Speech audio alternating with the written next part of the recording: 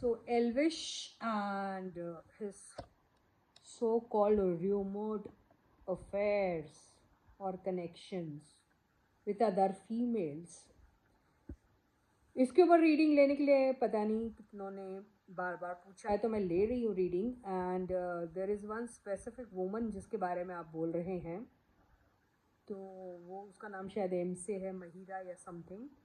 उससे जानना चाह रहे हैं. अब देखते हैं ऐसा कुछ है कि एल्विश का उनके साथ क्या कनेक्शन है, किस किस्म का कनेक्शन है, देखते हैं. ये दिख रहा है night of pentacles, 7 of wands, the wheel of Fortune. ये देखिए कनेक्शन में क्या आ रहा है. 5 ऑफ कप्स, कार्ड दिख रहे हैं, पता चल रहा है कहाँ से हैं. द मून,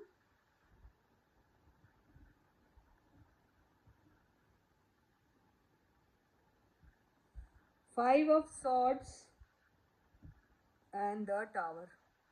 महिरा नाम की जो वुमन के साथ आप इनका कनेक्शन बोल रहे थे, उसके कार्ड्स आप खुद ही अपनी आंखों से देख लीजिए.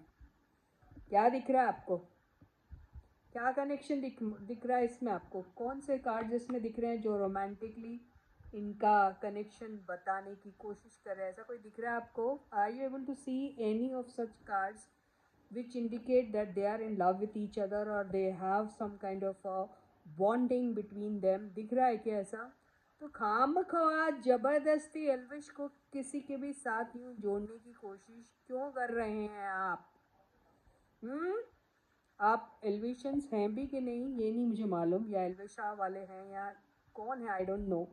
लेकिन ये कार्ड्स बिल्कुल भी अच्छे नहीं आए. अगर आप देखें तो पता ऐसे चल रहा है कि अब आप नाइट ऑफ पेंटिकल्स देख रहे हैं, उसके बाद आपने 7 ऑफ वॉन्ड्स देखा, उसके बाद आपने द व्हील ऑफ फॉर्च्यून देखा, उसके बाद आपने 5 ऑफ कप्स, उसके बाद द मून. और ये सब चीज़ों को कंपाइल करते हुए अगर हम एक आंसर निकालें तो उसका आंसर भी जब देखते हैं आप, जो आ रहा है 5 ऑफ सॉर्ड्स, और ये जो आ रहा है आखिरी में आपका सबको समअप करने वाला द टावर.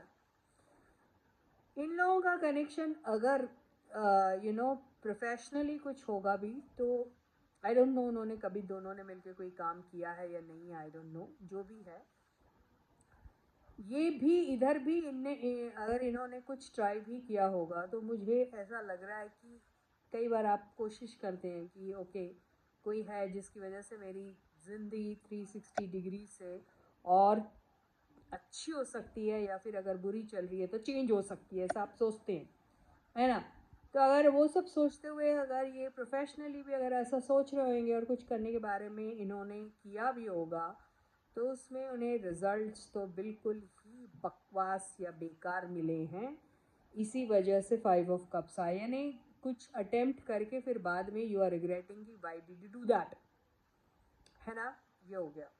अब इनके रिलेशनशिप में अगर आप बात कर रहे हैं है कुछ, तो मुझे तो इसमें डाउट के अलावा कुछ नहीं दिख रहा. ईगो क्लैशेस दिख रहे हैं, इनफैक्ट ईगो भी बहुत होगा इनका और डाउट्स भी बहुत हो गए, ऐसे ही कुछ दिख रहा है. और द टावर बहुत ज़ोर ज़ोर से चीख चीख के चिल्ला चिल्ला के बोल रहा है कि जो भी है ये सिर्फ और सिर्फ एक डिज़ास्ट्रस एंड में ही जो हुआ उसका रिज़ल्ट निकला है, ऐसा ही दिखाई दे रहा है. तो यहाँ पे अगर आपको ऐसा लग रहा है कि कोई है जो बहुत रोमांटिकली इंक्लाइंड था, तो दोनों में से कोई भी नहीं दिख रहा मेरे को जो रोमांटिकली इंक्लाइंड है टुवर्ड्स ईच अदर.